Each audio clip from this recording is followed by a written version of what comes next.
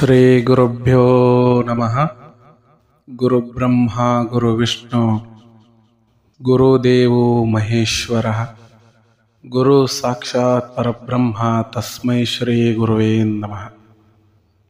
ಹಲವು ಮಾತೇನು ನೀ ನೊಲಿದು ಪಾದವನಿಟ್ಟ, ನೆಲವೇ ಸುಕ್ಷೇತ್ರ ಜಲವೇ ಪಾವನ ತೀರ್ಥ, ಸುಲಭ ಶ್ರೀ ಗುರುವೇ ಕೃಪೆಯಾಗು.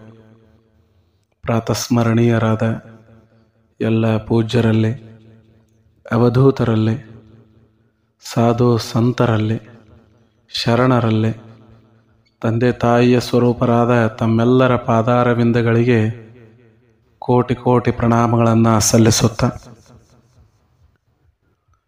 ಇಬ್ಬರು ಮೂವರು ದೇವರೆಂದು ಒಬ್ಬಿ ಮಾತನಾಡಬೇಡ, ದೇವನೊಬ್ಬ ಕಾಣಿರೋ. ಇಬ್ಬರೆಂಬುದು ಹುಸಿ ನೋಡ, ಕೂಡಲ ಸಂಗಮ ನೊಬ್ಬನೇ ಅಲ್ಲದೆ ಇಬ್ಬರಿಲ್ಲವೆಂದಿತ್ತು ವೇದವು.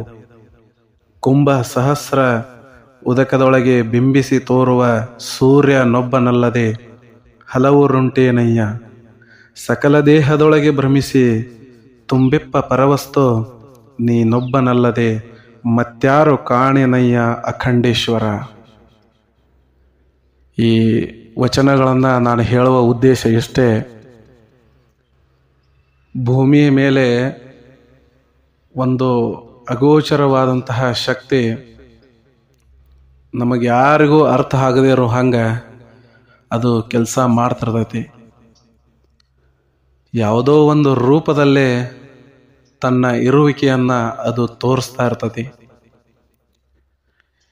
ಯಾವುದೋ ಒಂದು ರೂಪದಲ್ಲಿ ಅಂತಂದರೆ ಒಬ್ಬ ವ್ಯಕ್ತಿ ಆಗಿರ್ಬೋದು, ಒಂದು ವಸ್ತು ಆಗಿರ್ಬೋದು, ಯಾವುದು ಬೇಕಾದರೂ ಆಗಿರ್ಬೋದು.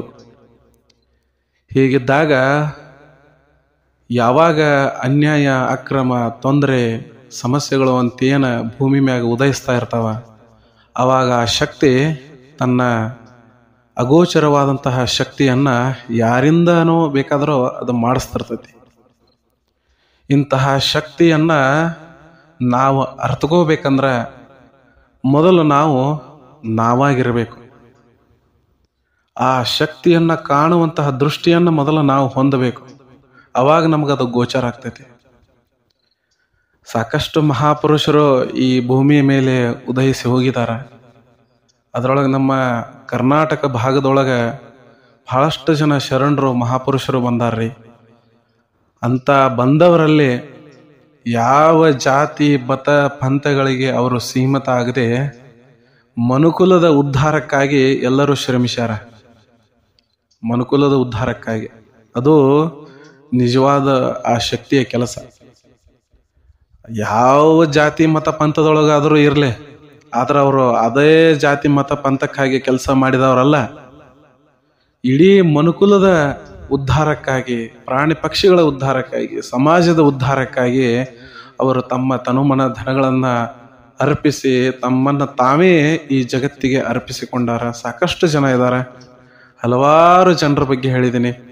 ಇವತ್ತು ಅಂತಹ ಒಬ್ಬ ಹೊಸ ವ್ಯಕ್ತಿಯ ಬಗ್ಗೆ, ಹೊಸ ಶರಣರ ಬಗ್ಗೆ ಅದ್ಭುತವಾಗಿ ತಮ್ಮ ಲೀಲೆಯನ್ನು ತೋರಿಸಿ ಹೋದಂತಹ ಶಿರಹಟ್ಟಿಯ ಫಕೀರೇಶ್ವರ ಮಹಾಸ್ವಾಮಿಗಳ ಜೀವನ ವೃತ್ತಾಂತವನ್ನು ಇವತ್ತಿನ ದಿವಸ ನಾವು ಪ್ರಾರಂಭ ಮಾಡೋಣ.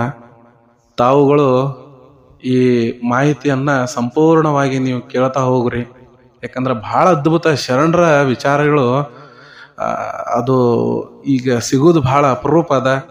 ಯಾಕಂದ್ರೆ ಈಗ ಎಲ್ಲ ದಿನನಿತ್ಯದ ಕೆಲಸದೊಳಗೆ ಹೆಂಗಾಗೈತಿ ಅಂತಂದ್ರೆ ಒಂದಷ್ಟು ಒಳ್ಳೆಯ ಮಾತುಗಳು ಅದಾವ ಅಂತಂದ್ರೆ ಅಲ್ಲಿ ಹೋಗ್ಲಿಕ್ಕೂ ಯಾರು ಇದು ಮಾಡೋದಿಲ್ಲ, ಇಚ್ಛೆ ಪಡೋದಿಲ್ಲ.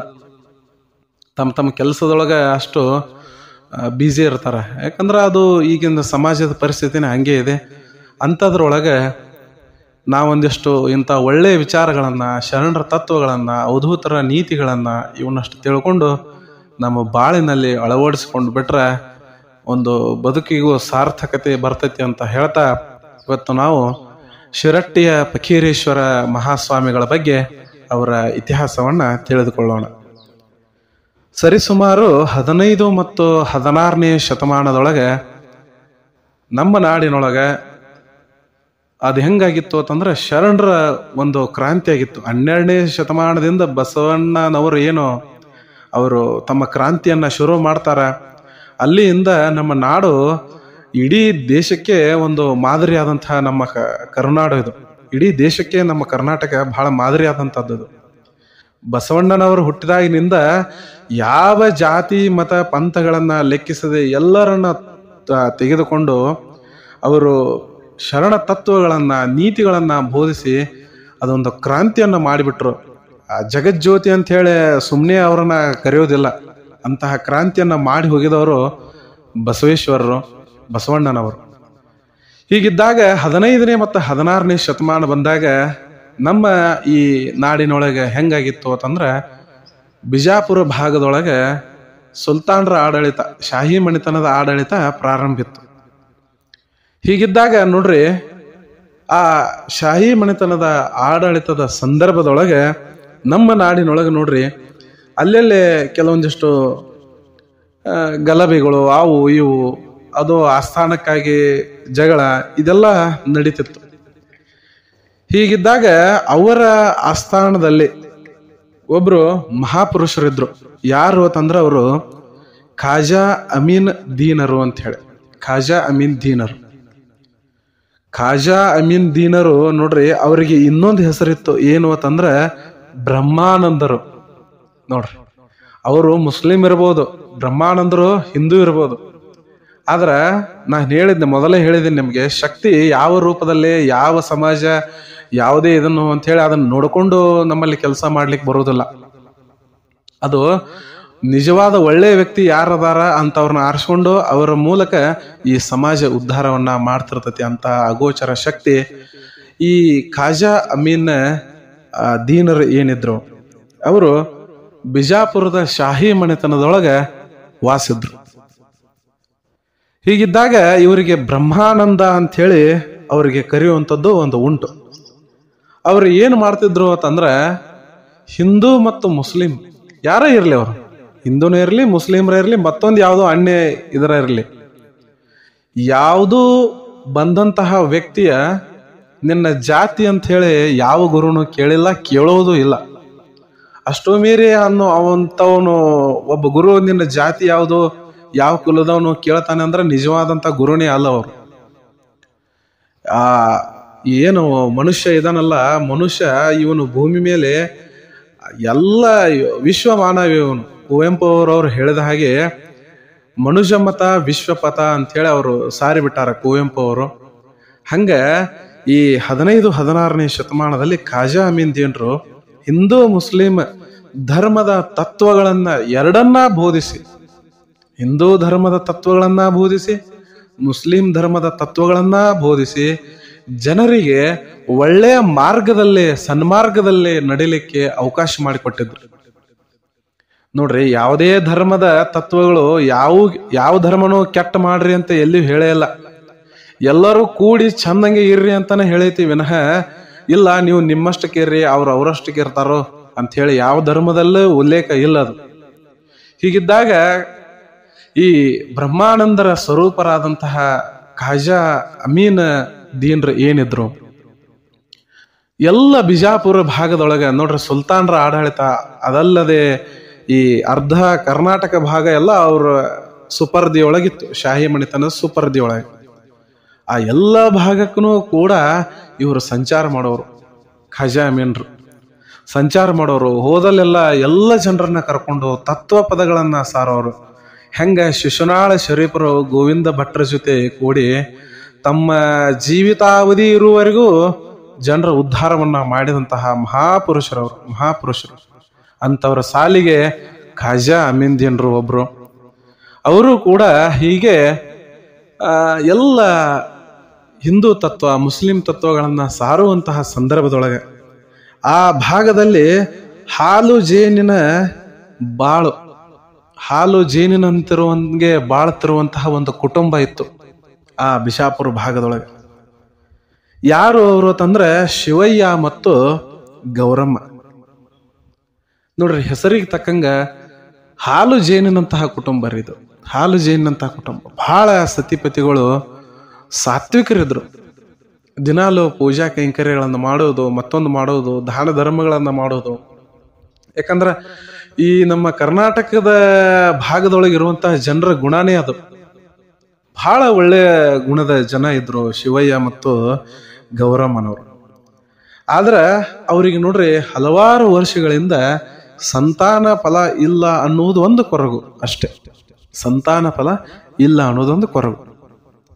ಹೀಗಿದ್ದಾಗ ಈ ಖಾಜಾ ಅಮೀನ್ರು ಏನ್ ಮಾಡ್ತಿದ್ರು, ಸಂಚಾರ ಮಾಡ್ಕೊಂತ ಒಂದೊಂದು ಊರ, ಆ ಕಡೆ ಊರ, ಮತ್ತೊಂದು ಊರ, ಹಿಂಗೆಲ್ಲ ಮಾಡೋರು. ಹೀಗಿದ್ದಾಗ ಆ ಬಿಜಾಪುರ ಭಾಗದೊಳಗ ಈ ಮಣಿತನದ ಆಸುಪಾಸಿನೊಳಗ ಖಾಜಾ ಅಮೀನ್ ಅವರು ತಿರುಗಾಡುವಂತ ಸಂದರ್ಭದೊಳಗ ಒಂದ್ 2 ದಿವಸ ಅಲ್ಲಿ ದರ್ಗಾದಲ್ಲಿ ನೆಲೆ ನಿಂತಿದ್ರು. ಅವ್ರು 2 ದಿವಸ ಅಲ್ಲೇ ಉಳ್ಕೊಂಡಿದ್ರು. ಎಲ್ಲಾ ದರ್ಗಾಕ್ಕ ಮುಸ್ಲಿಮರು ಬರ್ತಿದ್ರು, ಹಿಂದೂ ಜನನು ಬರ್ತಿದ್ರು. ಬಹಳ ಅನ್ಯೂನ್ಯತೆ ಭಾವ ಇತ್ತು ಆ ಸಂದರ್ಭದೊಳಗ. ಹೀಗಿದ್ದಾಗ ಈ ಶಿವಯ್ಯ ಮತ್ತು ಗೌರಮ್ಮ ದಂಪತಿಗಳಿಗೆ ಅವರ ಮನೆ ಪಕ್ಕದಲ್ಲಿರುವಂತಹ ಒಬ್ಬ ಹೆಣ್ಮಗಳು ಏನಂದಳು, ಮತ್ತ ನೋಡುವ ಗೌರಮ್ಮ, ಇಲ್ಲೇ ಖಾಜಾ ಅಮೀನ್ರು ಬಂದಾರ, 2 ದಿವಸ ಆತು ದರ್ಗಾದಾಗ ಉಳ್ದಾರ. ಅವರಿಗೆ ಬ್ರಹ್ಮಾನಂದರು ಅಂತ ಹೇಳಿ ಕರೀತಾರ, ಬ್ರಹ್ಮಾನಂದರ ಪುನರ್ಜನ್ಮ ಅವರು ಅಂತ ಹೇಳಿ ಕರೀತಾರ.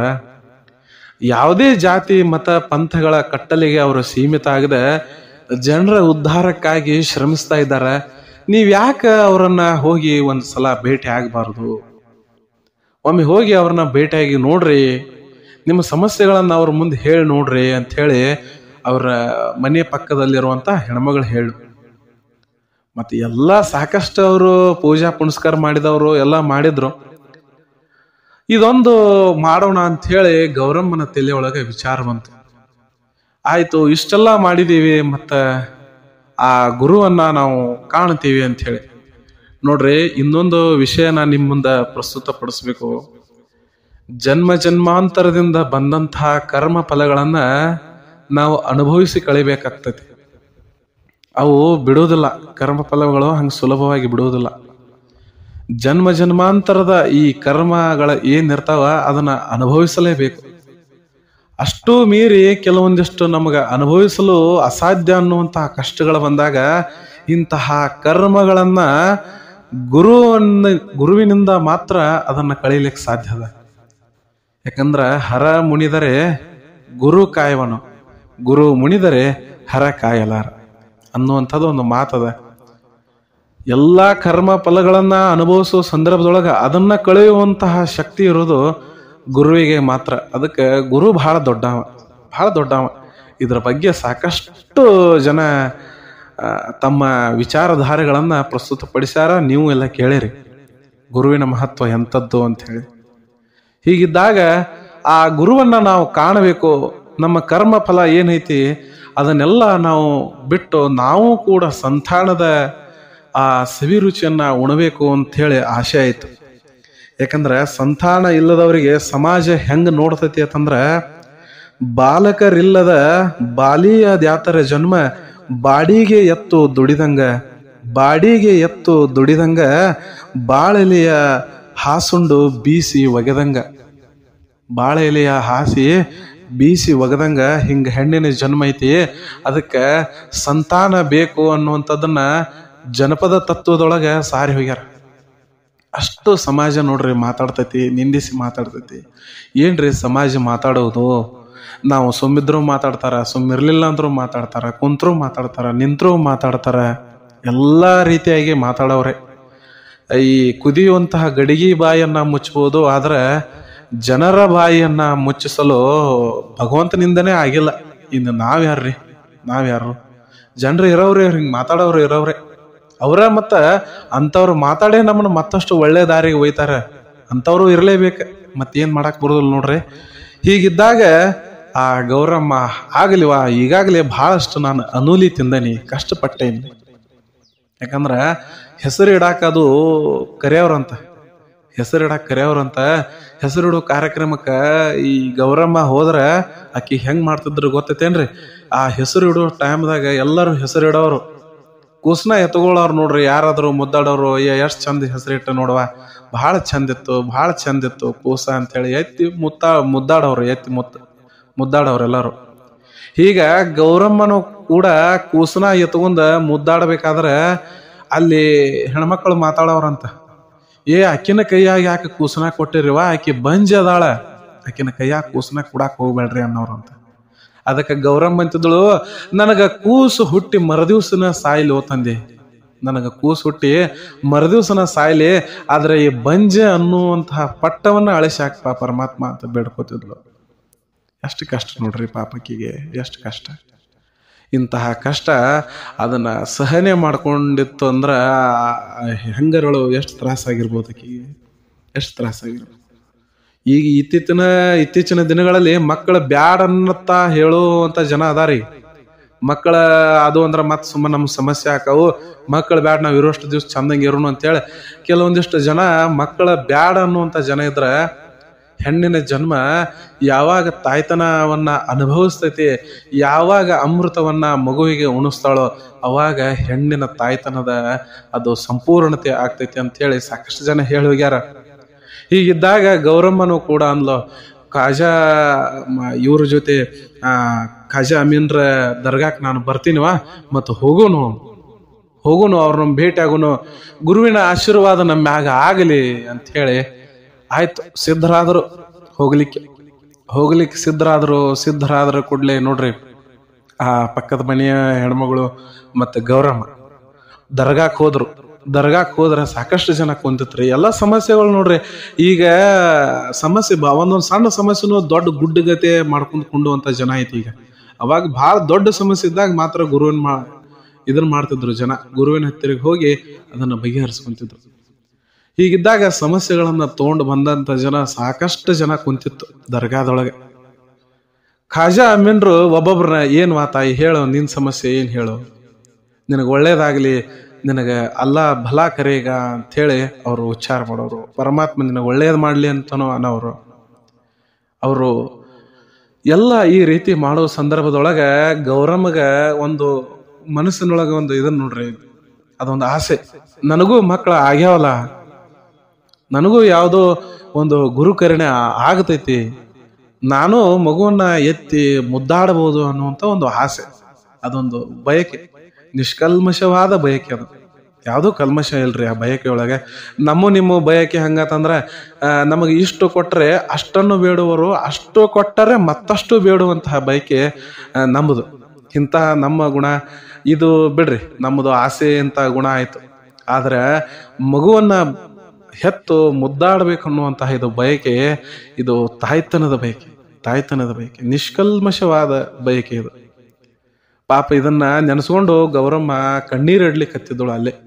ಈಕಿನ್ನ ಹಿಂದ್ ಕುಂತಾಳ, ಈಕಿ ನಂಬರ್ ಬಂದಿಲ್ಲ, ಎಲ್ಲ ಮುಂದಿನವರು ಅವ್ರವ್ರು ಕೇಳ್ಕೊಂತ ಹೊಂಟಾರ, ಈಕಿ ಹಿಂದ್ ಕುಂತ ಅಳ್ಲಿಕ್ಕೆ ಶುರು ಮಾಡ್ಯಾಳ. ತನ್ನ ಸಮಸ್ಯೆಯನ್ನ ಹೇಳ್ಕೋಬೇಕಂತ ಹೇಳಿ ಬಂದಳು ಖಾಜಾ ಅಮೀನ್ರ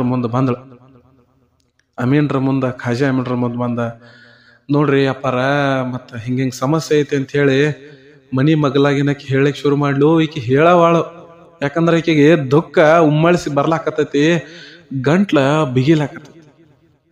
ಯಾಕಂದ್ರ ದುಃಖ ನೋಡ್ರಿ ಬಿಗಿ ಹಿಡ್ಕೊಂಡ್ರ ಗಂಟ್ಲ ಉಬ್ಬಿ ಬರ್ತೈತಿ.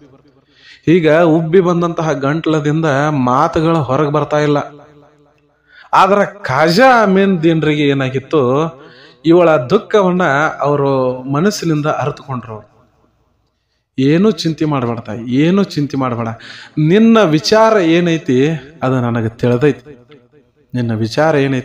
ತಿಳಿದೈತಿ, ನೀನೇನೋ ಕಾಳಜಿ ಮಾಡಕ್ ಹೋಗ್ಬೇಡ, ನಿನಗ ಸಂತೋಷದ ದಿನಗಳು ಇನ್ನು ಸ್ವಲ್ಪ ದಿವಸನ್ಯಾಗ ಬರುವುದಾವು ಅಂತ ಹೇಳಿ. ಸಂತೋಷದ ದಿವಸಗಳು ಒಂದು ಸ್ವಲ್ಪ ದಿವಸನ್ಯಾಗ ಬರ್ತಾವ. ನೀನು ಪರಮಾತ್ಮನ ಧ್ಯಾನವನ್ನ ಮಾಡಿರುವಂತಹ ಪೂಜೆಗಳ ಫಲ ನೀಡುವಂತಹ ಸಂದರ್ಭ ನಿನಗೆ ಬಂದೈತೆ ತಾಯಿ ಅಂತ ಹೇಳಿ ಆಶೀರ್ವಾದ ಮಾಡ್ರಿ. ಬಹಳ ಸಂತೋಷ ಆಯ್ತು. ಆಶೀರ್ವಾದ ಮಾಡೋ ಸಂದರ್ಭದೊಳಗೆ ನಿನ್ನ ಉಡಿಯನ್ನ ಮುಂದೆ ಚಾಚು ಅಂದ್ರು. ಸೀರೆ ಉಡಿ ತಗೊಂಡೊಳಗೆ ಗೌರಮ್ಮ ಸೀರೆಯನ್ನ ಶರಗ ಮುಂದೆ ಮಾಡಿ ಬೊಗಸೆಯಲ್ಲಿ ಸೀರೆಯನ್ನ ಇಟ್ಟು ಉಡಿ ಮುಂದೆ ಮಾಡ್ಲು. ಉಡಿ ತುಂಬ್ತಾರಂತ ಅಂತಾರ ನೋಡ್ರಿ, ಹಂಗ ಉಡಿ ಮುಂದೆ ಮಾಡ್ಲು. ಖಾಜಾ ಅಮೀನ್ ದೇನ್ರು ಏನ್ ಮಾಡ್ರು, 4 ಖಾರಿಕೆ ತಗೊಂಡ್ರು. 4 ಖಾರಿಕೆಗಳನ್ನ ತಗೊಂಡು, ಖಾರಿಕ್ ಅಂದ್ರೆ ಉತ್ತತ್ತಿ, 4 ಖಾರಿಕ ಅವುಗಳನ್ನ ತಗೊಂಡು ಆಕೆಯ ಉಡಿಯೊಳಗೆ ಹಾಕಿಬಿಟ್ರು. ಉಡಿಯೊಳಗೆ ಹಾಕಿ, ಯವ್ವ ನೀನು ಒಂದಕ್ಕೆ ಬಯಸ್ತಾ ಇದ್ದಿ, ನಿನಗೆ 4 ಅದಾವ ತಾಯಿ ಅಂದ್ರ. 4 ಗಂಡು ಮಕ್ಕಳು ಹುಟ್ಟತಾವ ಅಂತ ಹೇಳಿ. ಏನ್ರಿ ಅದು, ಏನು ಸಂತೋಷ, ಸಂತೋಷಕ್ಕೆ ಪಾರವೇ ಇಲ್ಲ. ಎಷ್ಟು ನೋಡ್ರಿ, ನಾವು ಎಷ್ಟು ಬಯಸಿದ್ದೀವ್ರಿ, 1 ಬಯಸಿದ್ದೀವಿ ನಾವು, ಆದ್ರೆ ನಿನಗೆ 4 ಅದಾವಲ್ಲ ಅಂತೇಳಿ ಅಂದ್ಬಿಟ್ರ ಅವ್ರು. ಅದು ಆ ಸಂತೋಷಕ್ಕೆ ಪಾರ ಉಂಟೇನು? ತಾಯಿಯ ಸಂತೋಷಕ್ಕೆ ಪಾರ ಉಂಟೇನು? ಇಲ್ಲ ಇಲ್ಲ. ಬಹಳ ಸಂತೋಷ ಆಯ್ತು, 4 ಗಂಡು ಮಕ್ಕಳು. ಆದ್ರೆ ಇನ್ನೊಂದು ವಿಚಾರ ಐತ್ ನೋಡುವ ತಾಯಿ ಅಂದ್ರ. ಏನ್ ಹೇಳ್ರಿ? ಇಲ್ಲ, ನಿನಗ 4 ಗಂಡು ಮಕ್ಕಳು ಹುಟ್ಟುತ್ತಾವ, ಆದ್ರ ಮೊದಲನೇ ಮಗ ನೀನು ನನಗೇ ಒಪ್ಪಿಸ್ಬೇಕು ಅಂತ ಹೇಳಿ. ಮೊದಲನೇ ಮಗ ನನಗೇ ಒಪ್ಪಿಸ್ಬೇಕು ಅಂದಾಗ ತಾಯಿ ನೋಡ್ರಿ ಸುತಾರಾಮ್ ಒಂದು ಮಾತಾಡ್ಲಿಲ್ಲ, ಒಂದು ಎದುರಿ ಯಾಕ ಅಂತ ಹೇಳಿ ಪ್ರಶ್ನೆ ಮಾಡ್ಲಿಲ್ಲ. ಯಾಕೇಳ್ರಿ, ಆಕೆ ಬಯಕೆಯನ್ನ ತೀರಿಸುವಂತ ಅವಕಾಶ ಬಂದಿತ್ತು. ಬಯಕೆ ತೀರುವಂತ ಅವಕಾಶ ಬಂದಿತ್ತು. 4 ಮಕ್ಕಳು ಹುಟ್ಟುತ್ತಾವಂತ, 1 ಪರಮಾತ್ಮನ ಸೇವೆಗಾಗಿ ಕೊಟ್ರೆ ಏನಾಗೋದೈತಿ? ನನಗೆ ಇನ್ನು ಮತ್ತೆ 3 ಮಕ್ಕಳು ಹುಟ್ಟುತ್ತಾವಲ್ಲ, ಸಾಕು ನನಗ ಅಂತ ಹೇಳಿ ಸಂತೋಷದಿಂದ ಆಯ್ತು, ಮೊದಲನೇ ಮಗುವನ್ನ ನಾನು ನಿಮಗೇ ಒಪ್ಪಿಸ್ತೇನೆ ಅಂತ ಹೇಳಿ. ಅದಾದ ನಂತರ ನೋಡ್ರಿ, ಅವಳು ಮನೆಗೆ ಹೋಗ್ತಾಳ. ಮನೆಗೆ ಹೋಗಿ ದಿನ ಕಳೀತಾ ಆ ಬಸೂರಿತನದ ಲಕ್ಷಣಗಳು ಅವಳಿಗೆ ಕಾಣಲಿಕ್ಕೆ ಶುರು ಆಯ್ತು. ಏನನ್ನು ಲಕ್ಷಣಗಳು ಕಾಣಿಸ್ಬೇಕಲ್ಲ, ಎಲ್ಲ ಲಕ್ಷಣಗಳು ಕಾಣ್ಲಿಕ್ಕೆ ಶುರು ಆಯ್ತು. ಮನೆಯೊಳಗ ಸಂತೋಷದ ವಾತಾವರಣ ಮೂಡಿತು. ಜನರೆಲ್ಲರೂ ಯಾರು ಮಾತಾಡ್ತಿದ್ರು ಅವರೆಲ್ಲ ಬಾಯಿ ಮ್ಯಾಗ ಬೆರಳು ಇಟ್ಕೊಂಡ್ರು. ಅಯ್ಯ, ಗೌರಮ್ಮನು ಕೂಡ ಬಸೂರಿ ಆಗ್ಯಾಳತ್ತ, ಗೌರಮ್ಮನು ಕೂಡ ಬಸೂರು ಆಗ್ಯಾಳ ಅಂತ ಹೇಳಿ ಅವರು ಕೂಡ ಮಾತಾಡ್ಲಿಕ್ಕೆ ಶುರು ಮಾಡಿ ಆಯ್ತು. ಗೌರಮ್ಮ ಬಸರು ಆದಿದ್ದು ಆಯ್ತು. ಕಾಲ ಕಳೀತಾ ಪ್ರಸವದ ವೇದನೆಗಳು ಶುರು ಆಯ್ತು. 9 ತಿಂಗಳು ನವಮಾಸ ತುಂಬಿತು. ನವಮಾಸ ತುಂಬಿದ ನಂತರ ಸುಖ ಪ್ರಸವ ಆಯಿತು. ಪ್ರಸವದಲ್ಲಿ ಅದ್ಭುತವಾದ ತೇಜೋಮಯವಾದ ಮಗು ಒಂದು ಜನಿಸ್ಬಿಡ್ತು. ತೇಜೋಮಯವಾದ ಮಗು, ಏನು ಅದ್ಭುತವಾದ ಮಗು ಜನಿಸಿತ್ರಿ ಗೌರಮ್ಮಗ. ಮುಖದಲ್ಲಿ ಏನು ಕಾಂತಿ, ಅದು ಎಂತಹ ಅದ್ಭುತ ಕಾಂತಿ. ಇಂತಹ ತೇಜೋಮಯವಾದ ಮಗು ಹುಟ್ಟಿತು. ಮನೆ ತುಂಬ ಸಂತೋಷದ ವಾತಾವರಣ. ಬಂಧು ಬಾಂಧವರೆಲ್ಲ ಬಂದ್ರು. ಅಯ್ಯ, ಗೌರಮ್ಮನ ಮಗ ಎಷ್ಟು ಚಂದದಾನ್ ನೋಡ, ಗೌರಮ್ಮನ ಮಗ ಎಷ್ಟು ಚಂದದಾನ್ ನೋಡ ಅಂತೇಳಿ ಎಲ್ಲರೂ ಮಾತಾಡ್ಲಿಕ್ಕೆ ಶುರು ಮಾಡ್ರಿ. ಭಾಳ ಚಂದ, ಗೌರಮ್ಮನ ಮಗ ಭಾಳ ಚಂದ ಐತಿ, ಭಾಳ ಮುದ್ದಾಗೈತಿ, ಎಷ್ಟು ಸುಂದರವಾಗೈತಿ. ಎಲ್ಲರೂ ಎತ್ಕೊಳ್ಳೋರ್ರಿ, ಎಲ್ಲರೂ ಎತ್ಕೊಳ್ಳೋರು.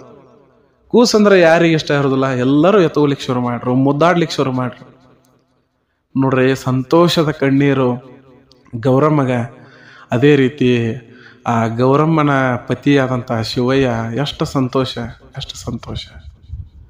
ಆ ಸಂತೋಷವನ್ನ ಅನುಭವಿಸಿದವರಿಗೆ ಗೊತ್ತು. ಇದನ್ನ ಮಾತಿನಿಂದ ಅದನ್ನ ವ್ಯಕ್ತಪಡಿಸಲು ನನ್ನ ಕೈಲಿ ಆಗುವುದಿಲ್ಲ.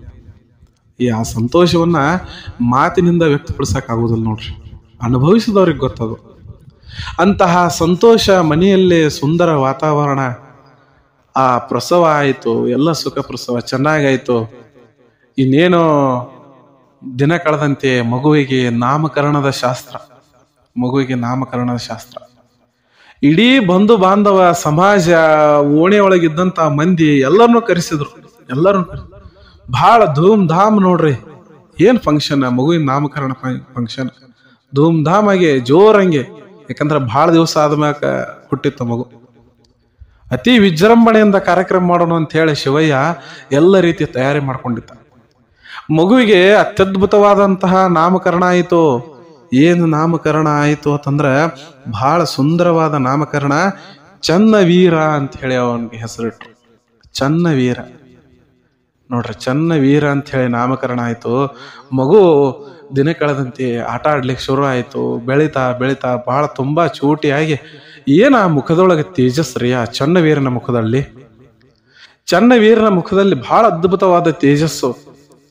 ಈ ತೇಜಸ್ಸನ್ನ ನೋಡ್ತಾ ಮಗುವನ್ನ ಖಾಜಾ ಅಮೀನ್ರಿಗೆ ಕೊಡುವಂಥದ್ದು ಮರೆತು ಹೋಗ್ಬಿಟ್ಟಿತ್ತು. ಗೌರಮ್ಮಗೆ ಮರೆತು ಹೋಗ್ಬಿಟ್ಟಿತ್ತು.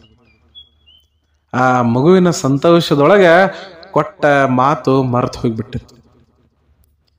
ಹೀಗಿದ್ದಾಗ ಚನ್ನವೀರನ ಆಟವನ್ನ ನೋಡ್ತಾ ನೋಡ್ತಾ ದಿನ ಕಳೀತಿರೋ ಸಂದರ್ಭದೊಳಗ ಚನ್ನವೀರಿಗೆ ಭಯಂಕರ ಜ್ವರ ಬಂದ್ಬಿಡ್ತು.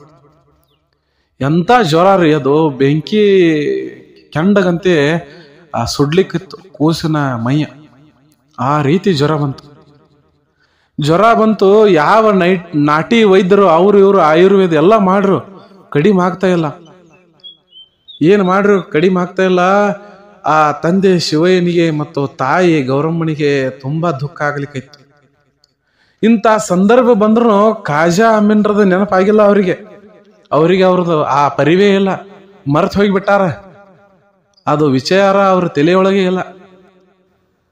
ಹೀಗಿದ್ದಾಗ ಖಾಜಾ ಅಮೀನ್ರದ್ಗೆ ಅದು ಸುದ್ದಿಯನ್ನು ಮರ್ತಿರೋ ಸಂದರ್ಭದೊಳಗ ಮಗು ಈ ರೀತಿ ಆ ಜ್ವರದಿಂದ ಬಳಲ್ತಾ ಇದೆ. 2-3 ದಿವಸ ಆದ ನಂತರ ಜ್ವರ ಅತಿರೇಕಾಯ್ತು ಮಗುವಿಗೆ. ಅದ್ ಹೆಂಗಂತಂದ್ರೆ ಜ್ವರ ನೆತ್ತಿಗೆ ಏರಬಾರದು ಅಂತಾರ ನೋಡ್ರಿ. ಜ್ವರ ನೆತ್ತಿಗೆ ಏರ್ಬಿಡ್ತು, ಮಗುವಿಗೆ ಪಿಟ್ಸ್ ಬರ್ಲಿಕ್ಕೆ ಶುರು ಆಯ್ತು. ಪಿಟ್ಸ್ ಬಂತು. ಯಾವ ನಾಟಿ ಔಷಧಗಳನ್ನ ವೈದ್ಯರು ಮುಂದೆ ಕುಂತ ಹಾಕಿದ್ರು ಸಹ ಅದ್ ಯಾವುದೂ ಆ ಮಗುವಿಗೆ ನಾಟ್ತಾ ಇಲ್ಲ. ಇನ್ನೇನು ಮಗು ಕಣ್ಣು ಮುಚ್ಚುವಂತಹ ಸಂದರ್ಭ ಬಂತು. ಬಹಳ ದುಃಖಿತರಾದ್ರು ಎಲ್ಲರೂ, ಬಹಳ ದಿವಸ ಮ್ಯಾಗ ಒಂದು ಮಗು ಹುಟ್ಟಿತ್ತು. ಇದು ಯಾಕೆ ಹಿಂಗಾಗ್ಲಿಕ್ಕೆ ಹತ್ತೈತಿ ಅಂತ ಹೇಳಿ ಎಲ್ಲರೂ ಆ ದುಃಖದ ಮಡುವಿನೊಳಗೆ ಮುಳುಗಿಬಿಟ್ರು. ಮಗು ನೋಡ್ತಾ ನೋಡ್ತಾ ತಾಯಿಯ ಮುಂದೆನೆ ತನ್ನ ಕಣ್ಣು ಮುಚ್ಚಿತು. ಬಹಳ ದುಃಖ ಆಯ್ತು. ಏನು ಮಾಡ್ಲಿಕ್ಕೆ ಆಗ್ಲಿಲ್ಲ. ಅವಾಗ ಪಕ್ಕದ ಮನೆಯವಳು ಬಂದಳು ನೋಡ್ರಿ. ಪಕ್ಕದ ಮನೆಯವಳು, ಏನವ ಹಿಂಗ್ಯಾಕಾಯ್ತು, ಯಾಕ ಎಲ್ಲ ವಿಚಾರ ಮಾಡೋ ಸಂದರ್ಭದೊಳಗ ಖಾಜಾ ಅಮೀನ್ರಿಗೆ ಕೊಟ್ಟ ಮಾತು ನೀನು ಮರ್ತೀಯನವ ಇದನ್ನ ಅಂತ ಹೇಳಿ. ಅವಾಗ ಬಂತು, ಅಯ್ಯೋ ಖಾಜಾ ಅಮೀನ್ರಿಗೆ ನಾನು ಈ ಮಗುವನ್ನ ಒಪ್ಪಿಸ್ಬೇಕು ಅಂತ ಅಂದಿದ್ದೆ, ಆದ್ರೆ ಆಗ್ಲಿಲ್ಲ. ಇನ್ನು ಮಗು ಮರಣ ಹೊಂದೈತಿ, ಇನ್ನೇನ್ ಮಾಡೋದು, ಇಂತಹ ಮಗುಂಡ್ರೆ ಯಾಕ ಅವ್ರ ಪಾದ ಮ್ಯಾಗ ಇಡುನು ನಡಿ ಅಂತ ಹೇಳಿ ಕೂಸನ ತಗೊಂಡ ಇಬ್ರು ಓಡ್ಕೊಂತ ಹೋಗೋ ಸಂದರ್ಭದೊಳಗ ನೋಡ್ರಿ ಆ ದರ್ಗಾ ಹುಡುಕ್ಯಾಡ್ರು, ಈ ದರ್ಗಾ ಹುಡುಕ್ಯಾಡ್ರು, ಎಲ್ಲದಾರ ಖಾಜಾ ಅಮೀನ್ರು, ಎಲ್ಲದಾರ. ಎಲ್ಲೋ ಒಂದ್ ಕಡೆ ಸುದ್ದಿ ಬಂತು, ಖಾಜಾ ಅಮೀನ್ರು ಆ ದರ್ಗಾದೊಳಗ ಅದಾರಂತ, ಹೋಗ್ರಿ ಅಲ್ಲದಾರ ಅಂತೇಳಿ. ಎಲ್ಲ ಕಡೆ ನೋಡ್ರಿ ಹೆತ್ತ ತಾಯಿ ಕೂಸನ ತಗೊಂಡು ಆ ದರ್ಗಾ ಈ ದರ್ಗಾ ಓಡಾಡ್ತಿದ್ಳು. ಅವಳ ದುಃಖ ಅವಳಿಗೆ. ಹೋಗಿ ಖಾಜಾ ಅಮೀನ್ರ ಮುಂದ ಕೂಸನ ಇಟ್ಲು. ಪರಮಾತ್ಮ, ಗುರುವೇ ನೋಡು, ಹಿಂಗ ನಿನಗೆ ಒಪ್ಪಿಸ್ಬೇಕಾಗಿತ್ತು, ನನಗೆ ಒಪ್ಪಿಸ್ಲಾಕ್ ಆಗ್ಲಿಲ್ಲ. ಮಗು ಕಣ್ಣು ಮುಚ್ಕೊಂಡ್ಬಿಡ್ತು. ನನಗ ಈ ಮಗು ಬೇಡ, ಮಗುವನ್ನ ನೀನೇ ಇಟ್ಕೋ, ಯಾಕಂದ್ರ ಮಗುವನ್ನ ಬೇಕು ಅಂದಿದ್ದೆ. ಆದ್ರೆ ಮಗುವನ್ನ ಜೀವಂತ ಮಾಡಿ ಇಟ್ಕೋ ತಂದೆ, ಇದನ್ನ ಕಣ್ಣು ಮುಚ್ಚಿದ್ದನ್ನ ತಾಯಿ ಮುಂದೆ ಮಕ್ಕಳ ಕಣ್ಣು ಮುಚ್ಚಬಾರ್ದ್ರಿ. ಏನದು ದುಃಖ ಹೇಳ್ತಿರೋದು. ನನ್ನ ಮಗನ ಬದುಕಿಸಿ ನೀ ಇಟ್ಕೋ ತಂದೆ, ನನಗ ಮಗು ಬೇಡ, ಮಗು ನೀನೇ ಇಟ್ಕೋ, ಆದ್ರೆ ಇದನ್ನ ಬದುಕಿಸಿ ಇಟ್ಕೋ ತಂದೆ ಅಂತ ಅಂದಾಗ ಅವಾಗ ಖಾಜಾ ಅಮೀನ್ರು ಆ ಮಗುವನ್ನ ತಗೊಂಡು ತಮ್ಮ ತೊಡಿಮೆ ಹಾಕೊಂಡ್ರು, ಕೈಯಾಡಿಸ್ರು, ಎಲ್ಲ ಇದು ಮಾಡ್ರು. ಏನ್ ಚಿಂತೆ ಮಾಡಬೇಡವಾ ತಾಯಿ, ಮಗುವಿನ ಜವಾಬ್ದಾರಿ ನಂದು ಅಂತ ಹೇಳಿ ಅದರ ಹಣೆ ಮೇಲೆ ಕೈ ಇಟ್ಟು ಅಲ್ಲಾನ ಧ್ಯಾನವನ್ನ ಮಾಡಿದ್ರು, ಪರಮಾತ್ಮನ ಧ್ಯಾನವನ್ನ ಮಾಡಿದ್ರು. ಕ್ಷಣ ಮಾತ್ರದಲ್ಲಿ ಮಗು ಮತ್ತ ಆಡ್ಲಿಕ್ಕೆ ಶುರು ಮಾಡ್ತು, ಕಣ್ಣು ತೆಗಿತು. ಸಂತೋಷ ಆಯ್ತು. ಸಂತೋಷದಿಂದ ನೋಡ್ರಿ ತಾಯಿ ಗೌರಮ್ಮ, ಇನ್ನ ನೀನು ಏನ ಅದಿಯಲ್ಲಪ್ಪ ಚನ್ನವೀರ, ಇನ್ನು ಜವಾಬ್ದಾರಿ ಎಲ್ಲ ಈ ಗುರುವಿಂದ, ನಿನ್ನ ಮ್ಯಾಗ ನಿನಗೆ ತಂದೆ ತಾಯಿ ಎಲ್ಲರೂ ಇವರೇ ನೋಡಪ್ಪ ಅಂತ ಹೇಳಿ ಚನ್ನವೀರನನ್ನ ಆ ಖಾಜಾ ಅಮೀನ್ರ ಪಾದಕ್ಕೆ ಒಪ್ಪಿಸಿ ತಾಯಿ ಗೌರಮ್ಮ ಹಿಂದೆ ಬಂದ್ಲು. ಅದಾದ ನಂತರ ಶುರುವಾಯ್ತು ನೋಡ್ರಿ ಚನ್ನವೀರನ ಜೀವನ ಖಾಜಾ ಅಮೀನ್ರ ಜೊತೆ. ಎಲ್ಲೆಲ್ಲಿ ಖಾಜಾ ಅಮೀನ್ರು ಹೋಗ್ತಾರ ಅಲ್ಲೆಲ್ಲ ಚನ್ನವೀರನ ಒಯ್ತಿದ್ರು. ಚನ್ನವೀರನ ಒಯ್ಯುವುದು ಅಷ್ಟೇ ಅಲ್ಲ, ಚನ್ನವೀರನ ಶಕ್ತಿ ಸಾಮರ್ಥ್ಯಗಳನ್ನ ಖಾಜಾ ಅಮೀನ್ರು ಅರ್ಥಕೊಂಡಿದ್ರು. ಅವ್ರಿಗೆ ಗೊತ್ತಿತ್ತು ಈ ತಾಯಿಯ ಮಡಿಲಿನಲ್ಲಿ ಪರಮಾತ್ಮನ ಸ್ವರೂಪ, ಆ ದೈವಿ ಸಂಭೂತನೆ ಇವರ ಉದರದಲ್ಲಿ ಜನಸ್ಥಾನ ಅಂತ ಹೇಳಿ ಖಾಜಾ ಅಮೀನ್ರಿಗೆ ಗೊತ್ತಿತ್ತು. ಹೀಗಾಗಿ ಅವನಿಗೆ ಏನ್ ಶಿಕ್ಷಣ, ಆ ಜ್ಞಾನವನ್ನ ನೀಡಬೇಕಲ್ಲ, ಅದನ್ನೆಲ್ಲ ಗುರುವಿನ ಸ್ಥಾನದಲ್ಲಿ ನಿಂತು ತಾಯಿಯ ಸ್ಥಾನದಲ್ಲಿ ನಿಂತು ತಾಯಿಯ ಪ್ರೀತಿ ಮಮತೆಯನ್ನ ಕೊಟ್ಟು ತಂದೆಯ ಸ್ಥಾನದಲ್ಲಿ ಸಲುಹಿದಂಥವರು ಖಾಜಾ ಅಮೀನ್ ದೀನ್ರು. ಈ ಖಾಜಾ ಅಮೀನ್ ದೀನ್ರು ಈ ಚನ್ನವೀರ್ನನ್ನ ಕರ್ಕೊಂಡು ಹೋಗೋ ಸಂದರ್ಭದೊಳಗ ಒಂದು ದರ್ಗಾದೊಳಗ ಕುಂತಿದ್ದರ್ರಿ. ಮಗು ಬೆಳಿತಾ ಬೆಳಿತಾ ಸ್ವಲ್ಪ ದೊಡ್ಡದಾಗಿತ್ತು. ಅದು ತನ್ನಷ್ಟಕ್ಕೆ ತಾನ ನಡೆಯೋದನ್ನು ಕಲ್ತಿತ್ತು, ಮಾತಾಡ್ತಿತ್ತು, ಬಹಳ ಸುಂದರವಾಗಿತ್ತು. ಮುಖದೊಳಗ ತೇಜಸ್ ಎದ್ದು ಕಾಣುತ್ತಿತ್ತು. ಅಂತಹ ದಿವ್ಯ ತೇಜಸ್ಸನ್ನ ಹೊಂದಿದ ದೈವಿ ಸಂಭೂತನಾದಂತಹ ಚನ್ನವೀರನನ್ನ ಎಂದೂ ಖಾಜಾ ಅಮೀನ್ರು ಕೈ ಬಿಡ್ಲಿಲ್ಲ. ಎಲ್ಲಾ ಕಡೆ ಕರ್ಕೊಂಡು ಹೋಗಿ ದರ್ಗಾದಲ್ಲಿ ಕುಂತಾಗ ಈ ದರ್ಗಾಕ್ಕೆ ಬಂದಂತಹ ಜನ ಖಾಜಾ ಅಮೀನ್ರಿಗೆ ವಂದಿಸೋ ಸಂದರ್ಭದೊಳಗ ಖಾಜಾ ಅಮೀನ್ರು ಅಂತಿದ್ರು, ನನಗೆ ಯಾಕೆ ವಂದಿಸ್ತಿರ್ಲಿ ಅದು ನಿಮಗ್ ಗೊತ್ತೈತಿ. ಈ ನನಗ ನಮಸ್ಕಾರ ಮಾಡ್ತೀರಿ ಹೆಂಗೋ ಹಂಗ ಈ ಕೂಸಿಗೆ ಅಂದ್ರ ಈ ಬಾಲಕನಿಗೂ ಕೂಡ ನೀವು ನಮಸ್ಕಾರ ಮಾಡ್ರಿ ಅಂತ ಹೇಳಿ ಅನ್ನೋರು. ಅವಾಗ ಜನರನ್ನೋರು, ಅಲ್ರಿ ನೀವು ಖಾಜಾ ಅಮೀನ್ರು ದರ್ಗಾದ ಉಸ್ತುವಾರಿ ಪವಾಡ ಪುರುಷರು ಸಿದ್ಧಿ ಪುರುಷರು ಇದ್ದೀರಿ, ಮೌಲ್ವಿಗಳಿದ್ದೀರಿ, ಎಲ್ಲ ಆಯ್ತು, ನಾವು ನಿಮಗೆ ನಮಸ್ಕಾರ ಮಾಡೋದಾಯ್ತು. ಈ ಮಗು ಯಾರ್ದೋ ನೀವು ತಗೊಂಡು ಬಂದು ಇದಕ್ಕೂ ನಮಸ್ಕಾರ ಮಾಡಂತಿರಲ್ಲ, ಇದು ಯಾಕ? ಯಾರದೋ ಮಗು ನೀವು ಬದುಕಿಸಿದ್ರಿ ಆಯ್ತು, ಬದುಕಿಸಿದ ನಂತರ ಅವ್ರಿಗೆ ಕೊಡಬೇಕಾಗಿತ್ತು. ಈ ಮಗುವನ್ನ ತಗೊಂಡು ನೀವು ದರ್ಗಾದಲ್ಲಿ ಎಲ್ಲಾ ಕಡೆ ತಗೊಂಡು ತಿರುಗಾಡ್ತಿರಲ್ಲ, ಇದಕ್ಕೆ ಮತ್ತೆ ನಾವ್ಯಾಕೆ ನಮಸ್ಕಾರ ಮಾಡ್ಬೇಕು? ಏನೈತಿ ಈ ಮಗುವಿನ ಅಂತದ್ದು ನಮಸ್ಕಾರ ಮಾಡುವಂಥದ್ದು ಅಂಥೇಳಿ ಜನರ ಪ್ರಶ್ನೆ ಕೇಳೋರು. ಅವಾಗ ನೋಡ್ರಿ ಖಾಜಾ ಅಮೀನ್ರು ಅಂದ್ರು, ಅಲ್ರೋ ಈ ಮಗುವಿನ ಶಕ್ತಿ ಸಾಮರ್ಥ್ಯವನ್ನ ನೀವೇನು ಅರ್ಥಕೊಂಡರಿ? ನೀವು ಅರಿಯುವಂತ ಒಂದು ಕಾಲ ಬರ್ತೈತಿ, ಅವಾಗ ಗೊತ್ತಾಕೈತಿ ನಿಮಗ ಅಂತ ಹೇಳಿ ಅನ್ನೋರು. ಇಲ್ಲ ಅಂತದೇನು ನಮಗ ಕಾಲ ಬರುತ್ತಕ ನಾವು ನಿಲ್ಲಿಕ್ ಆಗುದಿಲ್ಲ, ಯಾಕೆ ನಮಸ್ಕಾರ ಮಾಡ್ಬೇಕು ನೀವ ಹೇಳ್ರಿ ಅಂತ ಹೇಳಿ. ಅವಾಗ ನೋಡ್ರಿ ಖಾಜಾ ಅಮೀನ್ರು ಏನ್ ಮಾಡಿದ್ರು, ಅಲ್ಲೇ ಒಂದು ಕೆರೆ ಇತ್ತು. ಆ ಕೆರೆ ಹತ್ತಿಕ್ ಹೋದ್ರು. ಕೆರೆ ಹತ್ತಿಕ್ ಹೋಗಿ ಅವ್ರ ಹತ್ತಿಕ್ಕಿರುವಂತಹ ಏನದು ನಮಾಜ್ ಮಾಡುವಂತಹ ಜಮಖಾನ ಇರ್ತೈತಲ್ಲ, ಅದನ್ನ ಕೆರೆ ಮೇಲೆ ಒಗೆದು ಬಿಟ್ರು. ಕೆರೆ ಮೇಲೆ ಆ ಜಮಖಾನನ್ನು ಒಗೆದ ನಂತರ ಅದು ಮುಳುಗಲಿಲ್ಲ, ಹಂಗೆ ನಿಂತು ಬಿಡ್ತು ಕೆರೆ ಮೇಲೆ. ಅವಾಗ ಈ ಚನ್ನವೀರನನ್ನ ಕೈ ಹಿಡಿದಿದ್ರು. ಚನ್ನವೀರ ಮತ್ತು ಖಾಜಾ ಅಮೀನ್ರು ಆ ಕೆರೆಯ ನೀರಿನ ಮೇಲೆ ನಡ್ಕೊಂತ ಹೋಗಿ ಆ ಜಮಖಾನನ ಮೇಲೆ ಇಬ್ರು ಕುಂತ ನಮಾಜ್ ಮಾಡ್ಲಿಕ್ಕೆ ಶುರು ಮಾಡಿದ್ರು. ಯಾವಾಗ ಅವರಿಬ್ರು ನಮಾಜ್ ಮಾಡಿ ಮುಗಿಸ್ಕೊಂಡು ಮತ್ತ ನೀರ ಮೇಲೆ ನಡ್ಕೊಂತ ಬಂದ್ರು, ಅವಾಗ ಜನ ಅಂದ್ರು, ಪರಮಾತ್ಮ ನಮಗ ಜ್ಞಾನಕ್ಕಿಂತ ಹೆಚ್ಚ ಏನ್ ಬೇಕಾಗೈತಿ ಅಂದ್ರ ಪವಾಡಗಳ ಬೇಕಾಗ್ತಾವ ನೋಡ್ರಿ ಅಂತ ಹೇಳಿ ಮಾತಾಡ್ರಿ. ಯಾಕಂದ್ರ ನೀವು ಜನರಿಗೆ ಜ್ಞಾನ ಹೇಳ್ತೇನಂದ್ರ ಕೇಳುವಂತ ಮಂದಿ ಬಹಳ ಕಡಿಮೆ ಅದ. ಪವಾಡ ಮಾಡಿ ತೋರ್ಸ್ರು ನೀವು ಒಂದು ಪಟ್ನ ಅದನ್ನ ನೀವು ಭಾರಿ ಅಂತ ಅಂದ್ಬಿಡ್ತಾರ ಅವ್ರು. ಯಾಕಂದ್ರೆ ಎಲ್ಲ ಜನರಿಗೆ ಅಂತದೇ ಬೇಕಾಗೈತಿ. ಈಗ ಬೇರೆ ಮಿರಾಕಲ್ಸ್ ಮಿರಾಕಲ್ಸ್. ಅವರಿಗೆ ಜ್ಞಾನವನ್ನ ತಿಳ್ಕೊಂಡು ನೀವು ಜ್ಞಾನವಂತರಾಗಿ ಬಾಡ್ರಿ ಅಂದ್ರ ಅವ್ರು, ನೀನ ಜ್ಞಾನ ಹೇಳ್ತೀವೋ, ನನಗೆ ನಿನ್ನ ಜ್ಞಾನ ನಿನಗ್ ಗೊತ್ತಿಲ್ಲ ಅಂತೇಳಿ ಅನ್ನುವಂತ ಜನ ಅದಾರ. ಅವ್ರು ಇರ್ಲಿ, ಅಂತವ್ರು ಬೇಕೇ, ಎಲ್ಲರೂ ಬೇಕೇ, ನಾಡಿನೊಳಗೆ ಎಲ್ಲರೂ ಬೇಕೇ. ಹೀಗಿದ್ದಾಗ ಅವ್ರೇನ ಆ ಲೀಲೆಯನ್ನು ಮಾಡಿದ್ರು, ಅವಾಗೂ ಕೂಡ ಜನರಿಗೆ ಗೊತ್ತಾಯ್ತು, ಓಹೋ ಚನ್ನವೀರನಲ್ಲಿಯೂ ಕೂಡ ವಿಶೇಷವಾದ ಶಕ್ತಿಗಳಿದಾವು ಅಂತೇಳಿ. ಅವಾಗ ಅಂತಹ ಶಕ್ತಿಯನ್ನ ಅರಿತ ಜನ ಮುಂದೆ ಖಾಜಾ ಅಮೀನ್ ದೀನ್ರಿಗೆ ಏನು ಗೌರವ ನೀಡ್ತಿತ್ತೋ ಅದೇ ಗೌರವ ಯಾರಿಗೆ ಸಿಗ್ಲಿಕ್ಕಿತ್ತೋ? ಬಾಲಕ ಚನ್ನವೀರಿಗೆ ಸಿಗ್ಲಿಕ್ಕಿತ್ತು. ಬಾಲಕ ಚನ್ನವೀರ ಬೆಳೀತಾ ಬೆಳೀತಾ ಬೆಳೀತಾ ನಾಡಿನೊಳಗೆ ಎಲ್ಲಿ ಸಂಚಾರ ಮಾಡ್ತಾನ, ಯಾವ ರೀತಿ ಅವನ ಜೀವನ ಇದೆ, ಬಾಲಕ ಮುಂದೆ ಯಾವ ಹೆಸರಿನಿಂದ ಪ್ರಖ್ಯಾತ ಆತನ ಅನ್ನುವಂತಹ ವಿಚಾರವನ್ನ ನಾನು ಮುಂದಿನ ಭಾಗದಲ್ಲಿ ತಮ್ಮ ಮುಂದೆ ವ್ಯಕ್ತಪಡಿಸ್ತೇನೆ. ಅಲ್ಲಿಯವರೆಗೂ ಸರ್ವೇ ಜನಃ ಸುಖಿನೋ ಭವಂತು, ಸಕಲ ಸನ್ಮಂಗಳಾನಿ ಭವಂತು. ನಮಸ್ಕಾರ.